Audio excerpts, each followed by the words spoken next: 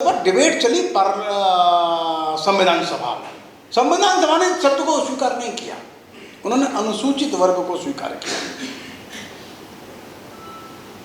यह ब्रिटिशर्स की कॉन्स्पिरेसी थी, धीरे धीरे दलित शब्द को यहां नीचे लाना। जैसा 1000 साल के पराधीनता काल में व्यवस्थाएं टूटी, और वैसे भी समाज में व्यवस्थाएं टूटती हैं, व्यवस्था तो टूटी, सच बात है, इसमें कोई दो राय नहीं है, ये हम मानते हैं, टूटी। हिंदू समाज भी भिन्न भिन्न प्रकार से जातियों में बढ़ता चला गया। 1100 में 1000 वर्ष पूर्व केवल देश में 1000 जातियां थी, आज 6000 से अधिक जातियां हैं। जैसा बाली जी ने बताया, अस्पृश्य नाम का शब्द देश में किसी साहित्य में नहीं है, यह बाद की स्मृतियों में आया, बहुत बाद में आया। केवल चांडाल अस्पृश्य था, जो किसी अपराध में चातुर्वर्ण से बाहर किया गया। जो चातुर्वर्ण में वो अस्पृश्य कैसे हो जाएंगे, सवाल ही नहीं। और जो वेदों के ऋषियों में अनेक शूद्र है, वो दलित नहीं है, वो शूद्र है।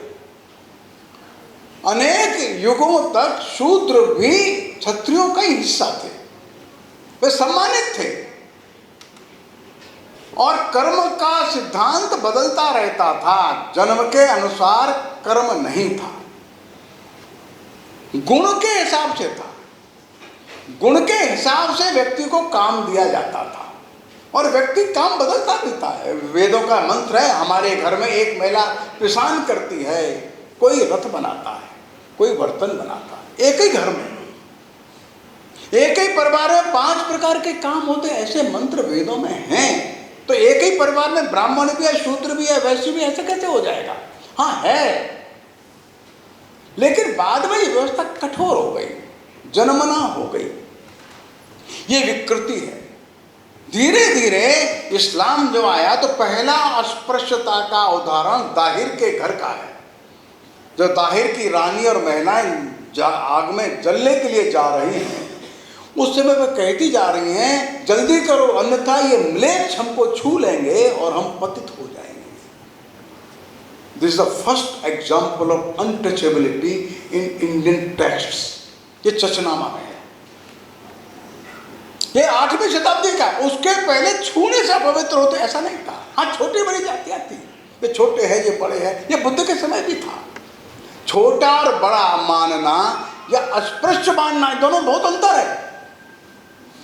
भारत में अनटचेबिलिटी आई तो पहले उदाहरण है, जो गाय का मांस खाते थे वो अनटचेबल घोषित हुए। ये स्वयं अंबेडकर जी ने भी लिखा है।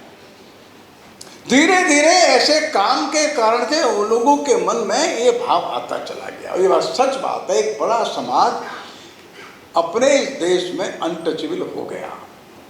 बंधुओं, ये सच बात है, उस समाज ने पर्याप्त समय तक कष्ट पाया है, अपमान तो पाया है, इसमें कोई दो राय नहीं, और उसका कोई उत्तर नहीं है। ये बात सही है, परिस्थिति जन्य था।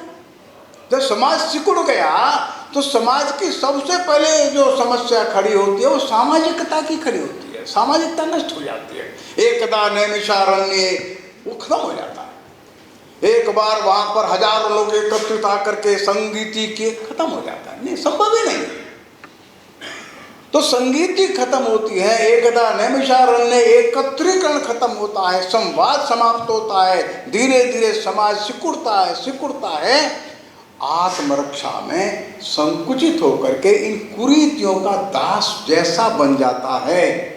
महादेवी वर्मा ने लिखा है, इस महाविकट काल में हम अनेक प्रकार के ऐसे प्रबंधों को ले आए हैं जो निर्मूल्य है, प्राण रक्षा में भी आ गए हैं, और बहुत सी बातें ऐसी हैं जो मूल्यवान थी, वो छूट गई है। अब हमको जल्दी से अपना शोधन करना होगा। ये महादेवी वर्मा का लेख है। स्वामी जी लिखते हैं, विवेकानंद लिखते हैं, जैसे मकान बनाते हैं तो चारों तरफ बाड़ खड़ी करते हैं, बल्लियां लगाते हैं, बांस लगाते हैं, मकान बन जाता है, उनको हटा देते हैं। मकान कमजोर था इसलिए उसको लगाया था, जब मकान बन जाता है तो उसको नहीं रखते। वो स्वामी जी कहते हैं, अब इसकी कोई आवश्यकता नहीं, हटाओ इसको जल्दी से।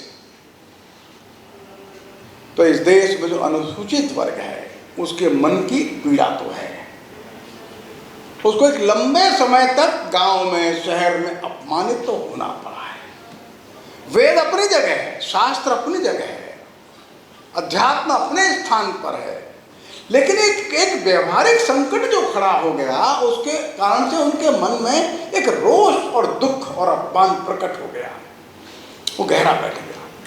उदाहरण के लिए बताता हूँ, ज़्यादा पुरानी बात छोड़ दीजिए। अंबेडकर जी ने कहा कि महाड़ के तालाब से हम पानी पिएंगे क्योंकि हमको अब अधिकार मिल गया है, नगर पालिका ने आदेश दिया है, विधानसभा ने आदेश दिया है, हम तालाब से पानी पी सकते, तालाब से पानी पीना था बस। वहाँ के लोगों ने कहा नहीं पी सकते आप। तो 5000 लोग जाते हैं, सत्याग्रह करते हैं उस तालाब से पानी पीने के लिए, जो गधा पी सकता है, कुत्ता पी सकता है, लेकिन अनुसूचित जाति का नहीं पी सकता। ये बंधुओं कष्ट की बात है। और इतना ही नहीं हुआ, एक समय ऐसा हो गया जबकि ये लोग सत्याग्रह करने के लिए तालाब पर गए, जहाँ इकट्ठे हुए थे, जहाँ इनका भोजन तैयार था, तो ये जो तालाब के रक्षा करने वाले तथाकथित लोग थे, इन्होंने इन लोगों के खाने में मिट्टी डाल दिया। ये 5000 लोग थे, ये मिट्टी डालने वाले 500-700 लोग थे। ये लौट कर गए, जिनके मन को गुस्सा आ गया, हो ये क्या किया, भूखे भी थे, लंबी यात्रा भी अब करनी है।